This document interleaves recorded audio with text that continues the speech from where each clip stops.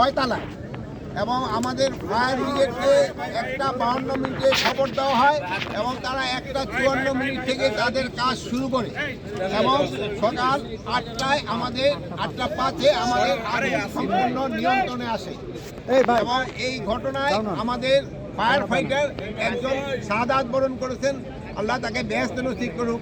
ইন্না লিল্লাহি ওয়া ইন্না ইলাইহি রাজিউন। উনি হলো বেহেশত রোড অ্যাক্সিডেন্টে মারা গেছে। উনি একটা পাইপ নিয়ে সচিবালয় থেকে রাস্তা পার হয়ে দিকে আসতেছিল। এই সময় একটা ট্রাক তাকে ধাক্কা দিয়ে তারা আহত করেন এবং পরে তারা হসপিটালে নেওয়ার পরে উনি ইন্তেকাল করেন। আর এর সাথেও আরো 2-3 জন সামান্য আহত হয়েছে, তারা সবাই সুস্থ আছে।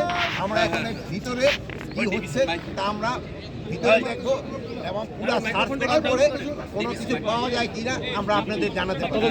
এটা কোনো নাশকতা মনে করছেন কিনা? তদন্ত কমিটি গঠন করে দিচ্ছি। ক্যাবিনেট সেক্রেটারি অলরেডি ইনস্ট্রাকশন দেওয়া হয়েছে, হোম সেক্রেটারি অলরেডি ইনস্ট্রাকশন দেওয়া হয়েছে। একটা তদন্ত কমিটি, হাই পাওয়ার একটা তদন্ত কমিটি করে দেওয়া হয়েছে। কোনো ষড়যন্ত্র বা নাশকতা মনে করছেন? ইনভেস্টিগেশনের আগে আমি তো বলতে পারবো না, ইনভেস্টিগেশনের পরে আপনাদের আমরা জানাবো। স্যার, কত সদস্য তদন্ত কমিটি হচ্ছে? যখন আগুন লেগে এখন তদন্ত কমিটি কত সদস্য, এটা 5 জন হতে পারে, 7 জন হতে পারে, 9 জন হতে পারে, 11 জন হতে পারে। এই মুহূর্তে তো আমরা পরে আপনারা জানাই দিবেন। সচিবালয়ের মতো এত সুরক্ষিত একটা জায়গায় এইভাবে আগুন, শুনুন, অ্যাক্সিডেন্ট তো সব জায়গায় হইতে পারে। এটা তো এই জন্য তো অ্যাক্সিডেন্ট বলা হয়। সচিবালয়ও হইতে পারে, দেখো তো সচিবালয়ের ভিতরে তো গাড়ি রাখা হয়। স্যার প্রাথমিকভাবে নাশকতা মনে করছেন কিনা? কথা বলছেন যারা রাত্রে একসাথে কাজ শুরু করছে তাদের আগুনের উৎস বিষয়ে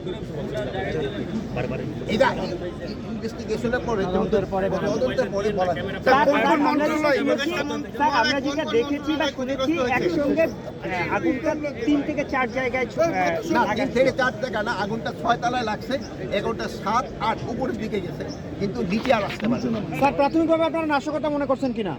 প্রাথমিকভাবে আমরা বলতে পারবো না, একটা ইনভেস্টিগেশনের পরে আমরা বলতে পারবো।